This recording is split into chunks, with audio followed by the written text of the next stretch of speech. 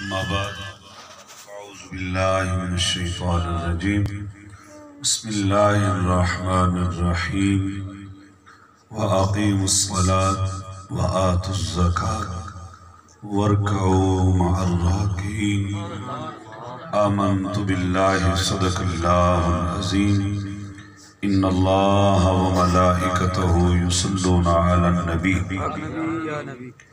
يا أيها الذين آمنوا صلوا عليه وسلموا تسليما اللهم صل على سيدنا ومولانا محمد النبي الأمي وآله وبارك وسلم عليه الصلاة والسلام عليك يا سيدي يا رسول الله وعلى آلك وأصحابك يا خاتم النبيين.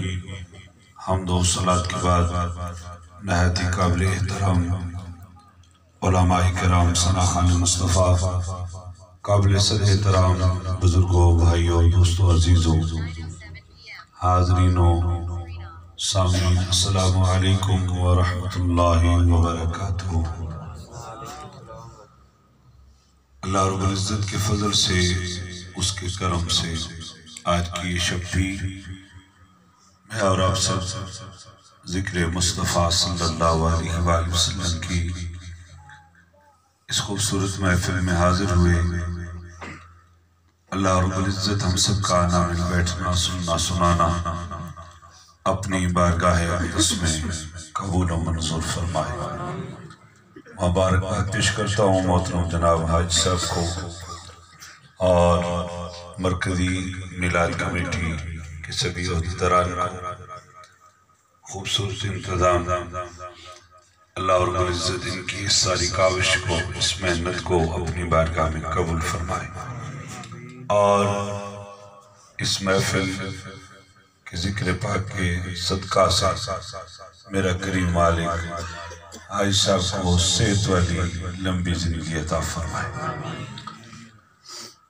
وقت کے دامن میں مختصر جگہ ہے، اسی وقت کے دامن میں رہتے ہوئے روزانہ ہم علماء کرام آپ کے کانوں کی سماعت کرتے ہیں۔ میں نے پڑھا وَأَقِیمُوا الصَّلَاةَ، اللہ رب العزت فرماتے ہیں اور نماز قائم کرو، وَآتُوا الزَّکَاةَ، اور زکوٰۃ دو، وَارْکَعُوا مَعَ الرَّاکِعِینَ، اور رکوع کرو رکوع کرنے والوں کے ساتھ۔ یعنی اس آیت مقدسہ کے اندر تین حکم، ایک نماز، دوسرا زکوٰۃ، تیسرا پھر جماعت کے ساتھ نماز پڑھنے کا حکم۔ اس میں سے وَأَقِیمُوا الصَّلَاةَ پہ ہی آج گفتگو کر لیتے ہیں۔ ایک طبقہ ایسا بھی ہے جو کہتا ہے جی نماز فقط قائم کر لینے کا نام ہی کافی ہے، لیکن یہ عقل سے باہر کی بات ہے۔ اس کو سمجھنے کے لیے آپ اس طرح سمجھ لیں کہ اگر نماز ادا کرنے کا نام نہ ہوتا، فقط قائم کرنے کا ہی کام ہوتا، کھانا کھاتے وقت تو ہم نے کبھی نہیں سوچا بس قائم کر لیا بس کافی ہے۔ اس وقت پہ تو ہم بالکل فٹ ٹائم پہ پہنچ جاتے ہیں۔ اور بے شمار روزمرہ کی زندگی کے اندر کافی سارے کام ہیں کہ جب تک عملاً نہ کیے جائیں وہ کام ادا نہیں ہوتے۔ نماز فقط قائم کرنے کا کام نہیں ہے بلکہ یہ ادا کرنے والی چیز ہے۔ عملاً اپنے مالک کے حضور پیش ہونے کا حکم ہے، اور یہ ہمیں ملتا ہے اپنے کریم لجپال آقا صلی اللہ علیہ وآلہ وسلم کی بارگاہ اقدس سے۔ حضور عملاً اسے ادا فرماتے ہیں۔ آج جو اس نبی کا امتی ہے، उम्मती होकर अगर फकत कायम की बात करता है तो वो अपने नबी सल्लल्लाहु अलैहि वसल्लम के तरीके के खिलाफ चल रहा है। हजूर जाने कायनात सल्लल्लाहु अलैहि वसल्लम के अहले बैत पाक अज़वाज मुतहरात हजूर के गुलाम सहाबा इकराम रिज़वानुल्लाह ताला अलैहिम अजमाइन, इनमें से जिसकी भी सीरत का मुताला करोगे तो जवाब प्रैक्टिकल में आएगा कि इन सब ने अमलन फजर भी पढ़ी, जोहर भी पढ़ी, असर भी पढ़ी, मगरिब भी पढ़ी, इशा भी पढ़ी। वाक़ीमुस्सलात से मुराद ये है कि 5 वक्त की नमाज जो फर्ज है वो इस उम्मत मुहम्मदिया के हर एक फर्द पे फर्ज है।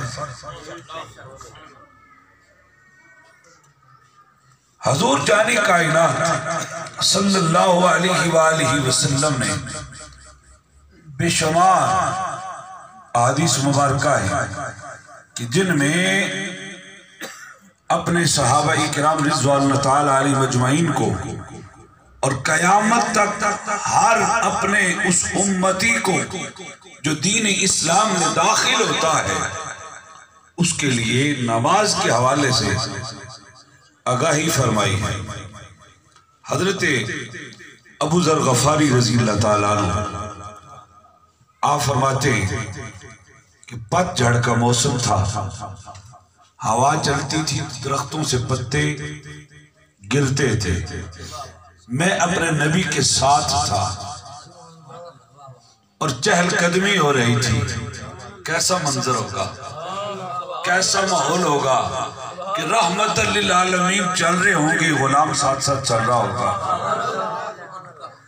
फरिश्ते भी रश कर रहे होंगे, वो जिब्राइल अमीन जो अल्लाह का पैगाम हक लेकर हसनैन करीमैन के नाना जान की बारगाह में आते हैं, वो भी रश करते होंगे कि मोहम्मद अरबी सल्लल्लाहु अलैहि वसल्लम चल रहे हैं और गुलाम साथ साथ चल रहा है। और माज़ागल बसर व मा तग़ा की आंखें उठाते हैं रसूल मुहतरम और वही यूहा के लबों से अपने गुलाम को मुखातिब होकर फरमाते हैं, निगाहों से देखा कि हवा चलती है, दरख्तों से पत्ते सूखे हुए गिरते हैं, तो फरमाया अबू ज़र देखता है जिस तरह इस दरख्त से सूखे हुए पत्ते जब हवा चलती है तो जमीन पे गिरते हैं, मेरा उम्मती जब अपने मालिक की बारगाह में नमाज की सूरत में खड़ा होता है तो उसके नामा अमाल से भी इसी तरह गुनाह गिरते हैं।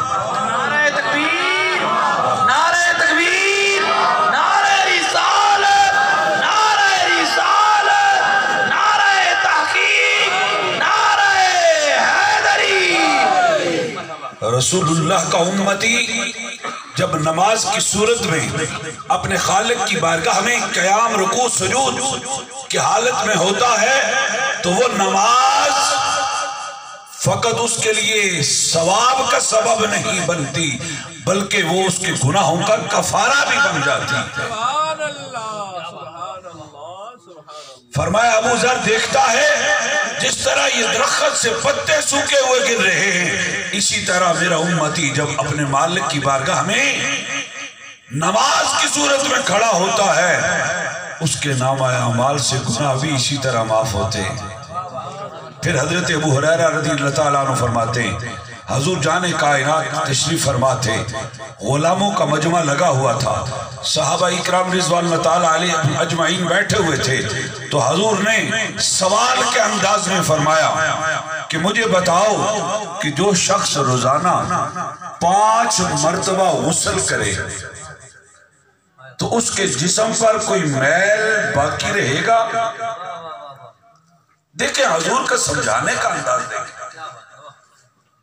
और उन लोगों को इस तरह समझाया जा रहा है जिस तरह उन लोगों ने इस तरह बैठकर रुक़े दुआ को देखा है, वल्लैल की जुल्फों को देखा है। साहिब कुरान के पीछे नमाजें पढ़ी हैं, कुरान सुना और सीखा है किससे? रहमतल लिल आलमीन से। उन्हें भी हुजूर किस तरह समझाते हैं? फरमाते हैं मुझे बताओ कि जो शख्स रोजाना 5 मर्तबा गुस्ल करे तो उसके जिस्म पर कोई मैल बाकी रहेगा? साहबा ने अर्ज की, या रसूल अल्लाह, जो शख्स रोजाना 5 मर्तबा गुस्ल करे तो उसके जिस्म पर मैल कैसे बाकी रहेगा? सुनो सुनो उस रहमतुल लिल आलमीन के फरमान सुनो। ये उम्मत कितनी शर्फ वाली है, कितनी इज्जत वाली है, कितने एजाज वाली है, कितने मकाम वाली है कि जिसका नबी रहमतुल लिल आलमीन है।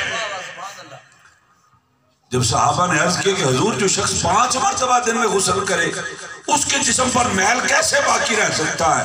फरमाया फिर मेरे ही उस उम्मती की शान है कि जो 5 नमाजें फजर, जोहर, असर, मगरिब, इशा, 5 फर्ज नमाजें मेरा जो उम्मती पढ़ता है उसके नामा अमाल में गुनाह बाकी नहीं रहता। नमाज अजर भी देती है और हम क्योंकि फरिश्ते तो है नहीं, हम इंसान हैं, बशर हैं, हमसे खताएं हो जाती हैं, चाहते हुए न चाहते हुए हमसे ऐसे मामलात हो जाते हैं। तो ये नमाज फकत हमें हमारे लिए जरिया नजात नहीं बनती बल्कि ये हमारे गुनाहों का कफारा भी बनता। फरमाया मेरा उम्मती जब 5 नमाजें रोजाना पढ़ता है तो उसकी मिसाल देखो, हुजूर का अंदाज देखो कि जो शख्स 5 मर्तबा गुस्ल करे तो जो शख्स रोजाना 5 मर्तबा गुस्ल करता है उसके जिस्म पे मैल बाकी नहीं रहता।